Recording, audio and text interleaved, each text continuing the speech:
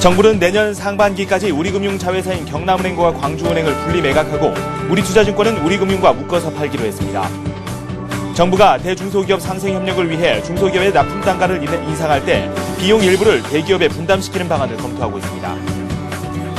삼성전자는 오늘 국내외 사업장을 합한 연결 기준으로 지난 2분기에 매출 37조 8,900억 원, 영업이익 5조 100억 원의 실적을 거뒀다고 밝혔습니다. 국세청이 기업의 고용 증대를 유도하기 위해 일자리 창출 기업을 세무조사 대상에서 과감히 제외하기로 했습니다. 네, 라스 성공 전략 2부 시작하도록 하겠습니다. 우리 증시가 약세 속에 또 마감이 됐습니다. 이틀 연속 약세장을 이어나가는데요. 기관의 매물이 좀 나왔고요. 개인 역시 매도하면서 시장에 좀 부담이 됐습니다. 외국인은 8거래일 연속 순매수하면서 시장을 지지하는 움직임을 보여줬습니다. 코스닥 역시 좀 부진한 흐름을 보여줬습니다. 0.2% 내리면서 481선에 마무리가 되는 모습을 보여줬습니다. 오늘 업종별로도 희비가 좀 엇갈렸습니다. IT주들이 좀 약세를 보여줬고요. 자동차 업종은 강세장을 펼쳐나가는 모습을 보여줬습니다. 저희가 앞서서 일부에서 살펴봤을 때 기존 주도주인 IT와 자동차를 좀 분리해서 살펴봐야 되겠다라는 말씀을 듣기도 했습니다. 앞으로는 또 어떻게 한번 저희가 살펴보는 거 좋을지 이에 대한 이야기도 잠시 후에 한번 나눠보도록 하겠습니다. 먼저 시황센터 연결해서 자세한 오늘장 소식 살펴보도록 하겠습니다. 김보람 아나운서와 함께합니다. 네, 시황센터입니다. 7월 30일 금요일 7월의 마지막 장 마감했습니다. 오늘도 국내 증시 한 계단 내려와서 마감했는데요. 코스피 지수부터 살펴보겠습니다.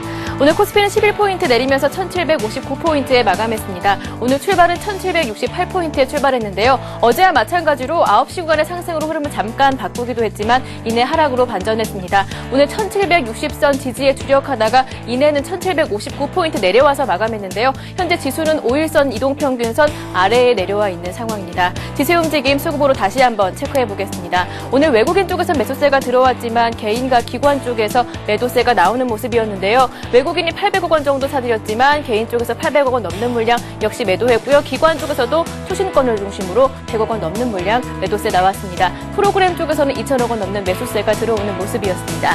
이어서 코스닥 살펴보겠습니다.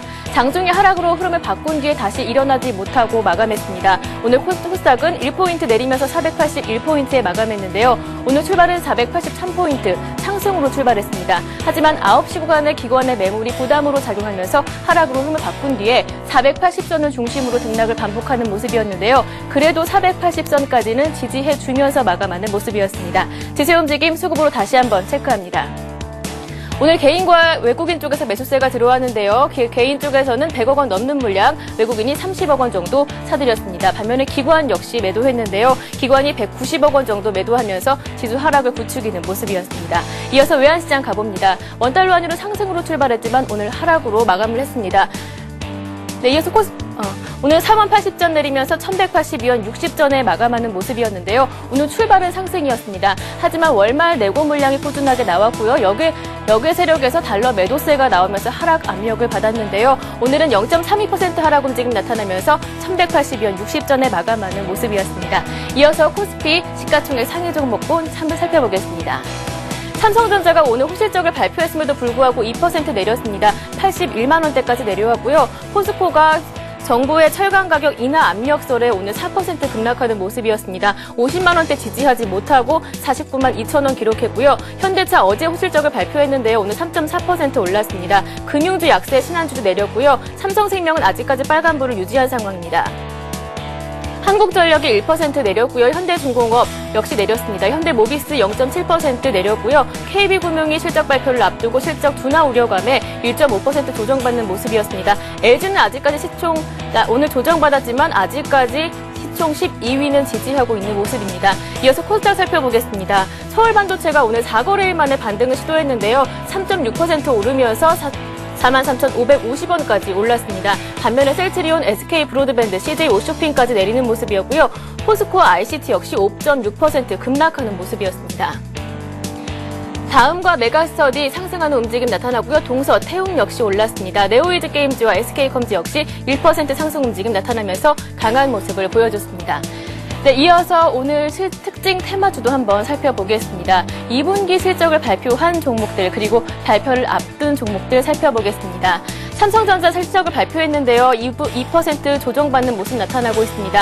현대모비스와 KB금융 아직 발표를 앞두고 있는 상황인데요. 하락 움직임 포착이 됩니다. 기아차와 S-오일, 금호타이어는 큰 폭의 상승 움직임 나타나고 있고요. 금호타이어 5% 상승 움직임 두드러지는 상황입니다.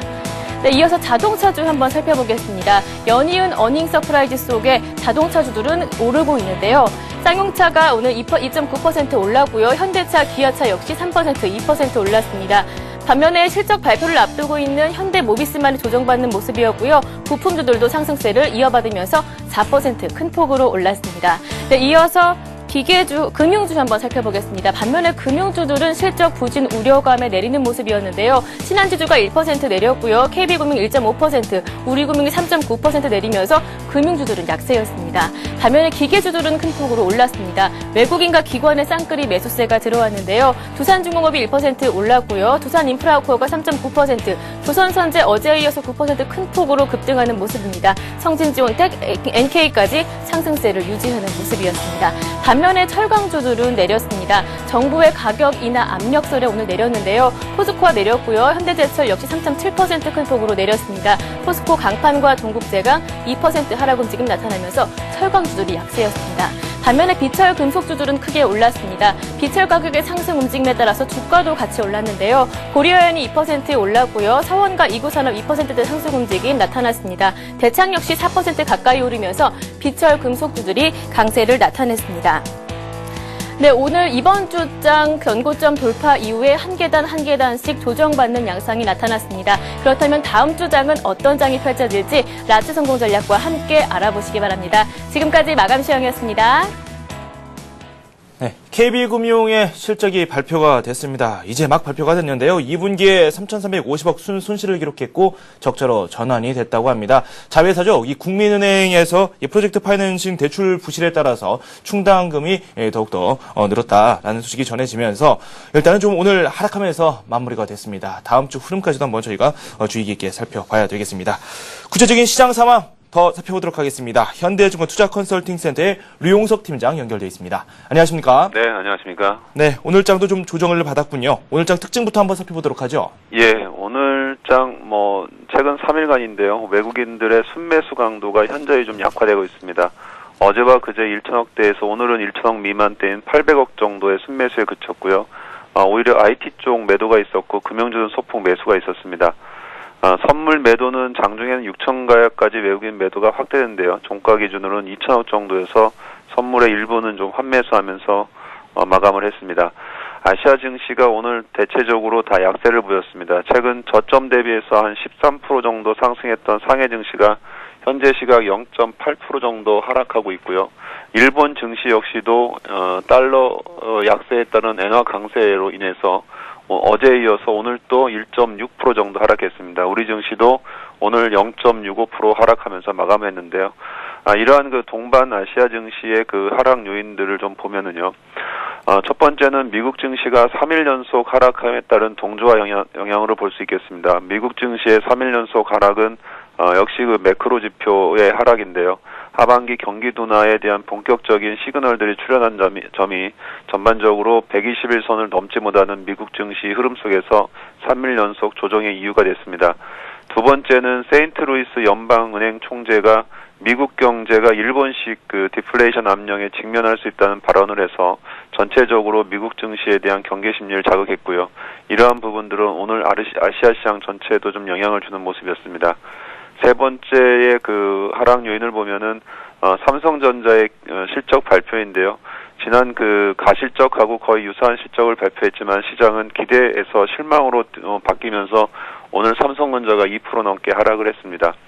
네 번째는 오전에 발표했던 산업생산 증가율이 16%대로 좀 급격하게 둔화됐고요. 물론 기저효과는 선행지수도 6개월 연속 하락을 해서 이제 우리나라 경제가 하반기에는 본격적인 하강 국면에 접어들지 않는 우려가 오늘 주가에 반영이 됐습니다. 구체적으로 업종으로 좀 들어가 보도록 하겠습니다. 우리 경제 양대축이라고 할 수 있죠. 이 IT와 자동차 업종 오늘 좀 엇갈리는 모습이 나왔습니다. 나란히 실적 발표를 했고 실적 내용도 괜찮았습니다. 하지만 시장에서 반응하는 그 정도가 상당히 다르게 나왔는데요. IT와 자동차 향후 전망에 대한 말씀 좀 부탁드리죠. 네, IT와 자동차는 뭐 상반기 내내 시장의 관심거리였고요. 시장을 리드했던 주식들인데요. 하반기 들어서는 좀 행보가 좀 다른 모습입니다. 7월 분기점으로 IT는 약간의 조정 국면에 진입한 것 같고요. 오히려 현대차를 중심으로 한 자동차 쪽은 이제 재상승하는 모습인데요. 아마 두 부분에서 가장 큰 차이는 하나는 자동차 업계 내에서의 재고 수준과 생산의 차이이고요. 하나는 엔화에 대한 경쟁력인 것으로 보여집니다. 일단 먼저 뒤에 부분부터 말씀드리면은 엔화 같은 경우가 지금 달러당 86엔까지 조금 강세를 보이고 있는데요. 자동차 업종이 어느 업종보다도 엔화에 대한 민감도가 가장 크기 때문에 일단 보여집니다. 전파적으로 아시아 시장의 자동차 수요는 증가하고 있다는 점이 가장 큰 메리트라고 볼 수 있고요. 따라서 전체적으로는 자동차 같은 경우는 재고 수준이 그렇게 높지 않다는 점이 전반적으로 엔화 강세에 대한 수혜가 예상되는, 그리고 실적에 대한 포커스 역시는 IT도 역시도 좀 계속 실적 개선에 대한 추이는 유효한 거로 보여지고요. 반면에 IT 같은 경우는 최근 LED에서도 발생했고 LCD나 반도체도 마찬가지지만 출하보다는 재고 증가율이 높은 국면에 진입해 있기 때문입니다. 즉 IT와 자동차의 가장 큰 차이는 출하와 재고라는 재고 순환 지표상의 차이라고 보여지고요. 특히 이제 엔화의 강세에 대해서 삼성전자 등 이런 IT 기업의 민감도는 높지 않다는 점이 좀 엔화에 대한 차별이라고 볼 수 있겠습니다. 따라서 만약에 두 섹터가 공존하고 있는 시장이라면은 아무래도 현재와 같은 IT보다는 자동차 선호 현상이 좀 우월할 거로 보여지고요. 오늘 전반적인 삼성전자를 제외한 IT의 오늘 상승은 기술적 반등 국면이 좀 강하다 이렇게 볼 수 있겠습니다. 네, 알겠습니다. IT와 자동차 향후 전망에 대한 말씀 들어봤고요. 그리고 미국 시장 또 주목을 받고 있죠. 2분기 GDP 발표를 앞두고 있는데 증시에도 어떤 영향을 미칠지 그 부분도 상당히 궁금합니다. 미국 시장 전망도 함께 내려주시죠. 예, 미국 이제 시장이 오늘로 마감을 하게 되면 다음 주부터는 이제 8월 정시인데요. 이로써 이제 미국이나 우리나라나 실적 시즌은 거의 후반부에 진입했다 이렇게 볼 수 있겠습니다. 8월이 접어들면은 이제 실적보다는 매크로 지표가 주가를 결정하는 영향력은 더 커질 것으로 보여지고요. 미국 증시는 오늘 2분기 GDP를 비롯해서 다음 주 초반에는 ISM 제조업 지수, 후반에는 비제조업 지수, 그리고 오늘 밤에 시카고 구매 지수 등 조금 주목할 만한 지표들이 있는데요. 앞서 지금 말씀드린 지표들은 대개 전월치보다는 이번 발표치가 조금 소폭 하회할 것으로 예상이 되고요. 다만 주 후반에 발표되는 민간 고용 지수는 지난달보다 소폭 개선될 것으로 보여집니다. 따라서 주 초반 미국 증시가 어닝으로 주가를 끌어올리는 힘이 약하다면은 전반적인 매크로로 봐서는 조금 더 하락 압력이 조금 유사하다 이렇게 볼 수 있겠습니다. 다만 주 후반에 민간 고용이 예상치를 상회할 경우에는 좀 반전의 기회가 있겠는데요. 그 반대로 이제 주 후반에 민간 고용이 예상치를 하회할 경우에는 8월 초반부터 미국 시장이 고전하지 않나 이런 생각이 듭니다. 글로벌 경기 둔화에 대한 논란이 계속되는 가운데 지표의 반응이 시장에 좀 무게 있게 다가설 수 있는 다음 주 이런 부분에서 다음 주 초반에 오히려 시장에서는 다양한 지표를 발표를 앞두고 좀 관망하는 자세들도 많이 포착되지 않을까 이렇게 예상을 하고 있습니다. 다음 주 좀 관망하는 자세가 나올 것이다 라는 말씀을 해주셨습니다. 7월 마지막 주입니다. 이제 다음 주가 되면 8월인데 다음 달부터 또 우리 증시가 어떤 모습을 보일지 그에 대한 전망도 좀 해봐야 되겠죠. 투자 전략까지 세워주시죠. 예, 어느 달보다도 가장 전망하기 어려운 달이 될 것으로 일단 예상이 되는데요. 저희들 일단 대체적인 지수 밴드는 하단은 한 1680 정도로 보고 있고요. 상단은 1820 정도를 일단 보고 있고, 만약에 주가 패턴이라면은 연속성이 있다면은 8월 초반이 좀 강하고 후반으로 가서 좀 약화된다 이렇게 보고 있습니다. 다양한 변수들이 있겠지만 아무래도 이제 8월 달을 기준으로 주가가 추가적으로 랠리를 지속한다면은 시장의 컨센서스는 새로운 랠리라고 볼 가능성이 있고요. 그렇지 못하고 어느 정도 실적 시즌 이후에 매크로 지표를 반영하면서 지지부진한 흐름을 보일 경우에는 기존 박스권의 한 부분, 즉 박스권 연장으로 볼 수 있기 때문에 오히려 차익 실현에 대한 욕구는 더 커질 수 있는 그런 변수를 갖고 있고요. 그런 측면에서 지금 종목별로 본다면은 이번 1750 넘어가는 과정에서 상승 종목 수가 늘었는지 아니면 그 가운데 하락 종목이 더 늘어나서 차별화되거나 슬림화됐는지를 봐야 되는데요. 현재까지는 종목이 확산된다는 증거를 찾기 어렵다는 점에서 보면은 주식은 좀 순환매하면서도 좀 차별화되는 양상이 지속되고 있어서 아무래도 새로운 랠리보다는 박스권 연장 가능성을 일단은 7월 말까지 보여줬기 때문에 8월 흐름이 초반 흐름이 매우 중요하다고 보여지고요. 특히 이제 실적 시즌이 끝난 이후에 어닝에 대한 기대인데요. 어닝을 계속 상향 조정할 수 있을지 아니면은 어닝에 대한 기대를 낮출지 여부인데 이 부분은 8월 초보다는 8월 중후반이 될 가능성이 높고요. 변수가 생긴다면 기업 조정 실적의 하향 조정 가능성이 있을 때 지수가 한 차례 더 조정을 받지 않나 이렇게 좀 우려를 하고 있습니다. 네, 조금은 조심스럽게 전망을 내려주셨습니다. 이 보수적인 접근이 좀 필요한 시점이 아닌가라는 그런 생각도 듭니다. 두 말씀 고맙습니다. 네, 감사합니다. 네, 지금까지 현대해증권 류용석 팀장과 함께했습니다. 잠시 후 뉴스가 이어집니다.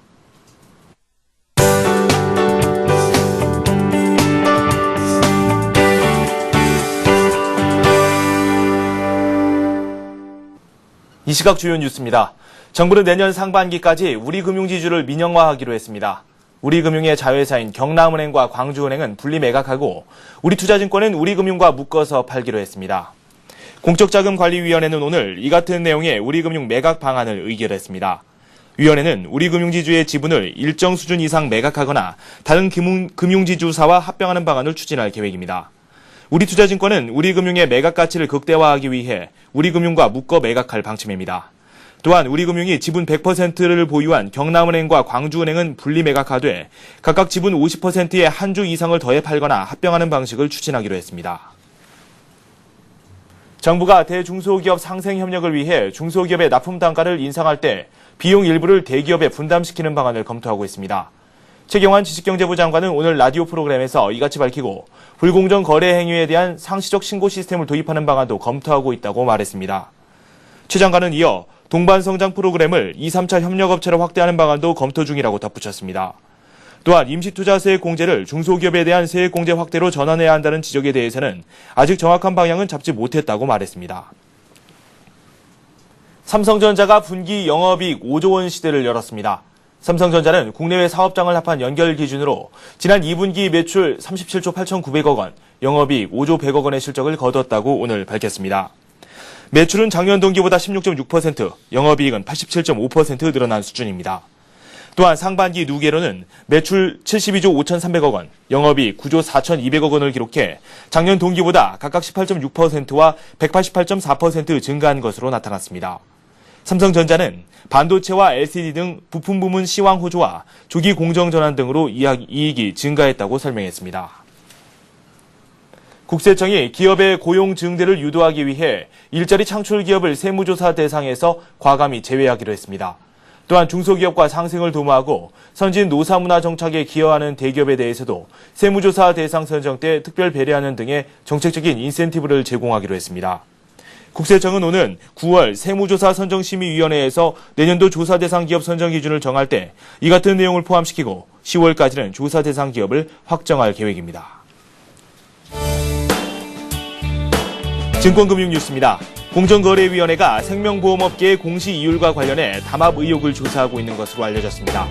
공정위는 지난 28일 삼성생명 등 주요 생명보험사를 방문해 공시이율 산출 근거가 담긴 자료를 복사해 가는 것으로 전해졌습니다. 공정위는 2008년에도 생보사 13개사가 퇴직보험 상품 금리를 공동 결정했다며 과징금을 부과한 적이 있어 업계가 촉각을 곤두세우고 있습니다. KB금융지주가 내년 1분기에 국민은행에서 카드 사업을 분리해 KB카드를 설립하기로 했습니다. KB금융은 오늘 이사회를 열어 국민은행의 카드 사업 분사 추진 안건을 결의하고 카드 사업 부문에 대한 자산 실사를 거쳐 구체적인 분할 계획을 세우기로 했습니다. 리딩투자증권이 오는 8월 4개 과정으로 이뤄진 FX 마진 세미나를 엽니다. 이번 세미나는 FX 마진 기초부터 보조지표를 활용한 매매 기법, 시스템 트레이딩 강의 등으로 진행되며 관심 있는 투자자라면 누구나 무료로 참여할 수 있습니다. 새마을금고연합회는 전국 3,151개 지점을 통해 서민지원 보증부 대출인 햇살론을 본격 판매합니다. 새마을금고는 지역 밀착 금융기관으로서 햇살론 대출이 경제적으로 어려움을 겪고 있는 서민들에게 실질적인 도움이 될 수 있도록 적극적으로 판매하기로 했습니다. 아시아 지역 증시가 전반적으로 약세를 보였고 우리 증시도 여기에 동조화되는 모습을 보여줬습니다. 하지만 상대적으로 견조한 흐름을 보여주기도 했습니다. 우리 증시는 0.6% 코스피가 하락하는 모습을 보여주기도 했었죠. 먼저 일본 증시부터 살펴보도록 하겠습니다. 일본 증시가 1.6% 내리면서 9,537선에 마감이 됐습니다. 우리 증시보다 낙폭이 좀 더 크죠. 중국 쪽으로 한번 살펴보도록 하겠습니다. 중국 증시 현재 진행 중입니다. 0.7% 내리면서 2,627선을 현재 걷고 있습니다. 네, 오늘 저희가 준비한 소식은 여기까지입니다. 저희는 다음 주 이 시간에 더 좋은 소식 전해드릴 수 있도록 최선의 노력 다하겠습니다. 시청해주신 여러분 고맙습니다.